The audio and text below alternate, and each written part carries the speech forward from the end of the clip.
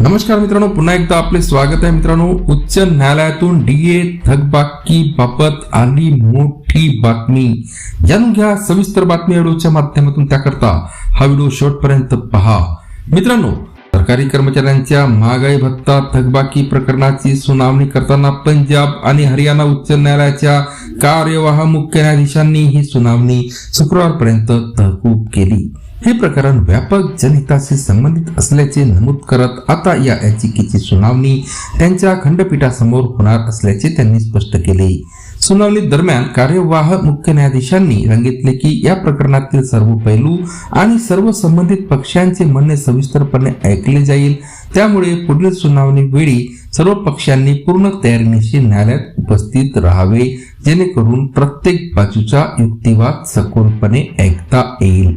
याचिकाकर्त्यांच्या वतीने न्यायालयात असा युक्तिवाद करण्यात आला की सरकारकडे विविध मोफत योजनांसाठी पुरेसा निधी उपलब्ध आहे.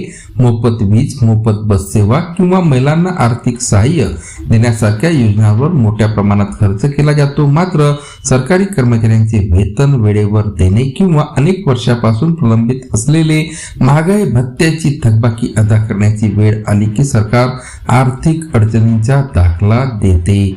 महागाई भत्त्याची थकबाकी हा कर्मचाऱ्यांचा वैधानिक हक्क.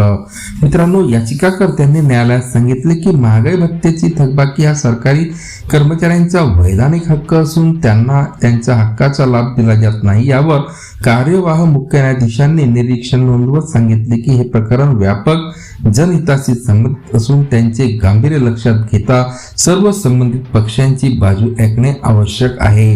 न्यायालयाने स्पष्ट शब्दात निर्देश दिले आहे की हे व्यापक जनहिताचे प्रकरण आहे. पुढील सुनावणीला सर्व पक्षांनी पूर्ण तयारीनिशी उपस्थित राहावे. आतापर्यंत सर्वांचा युक्तिवाद ऐकला जाईल.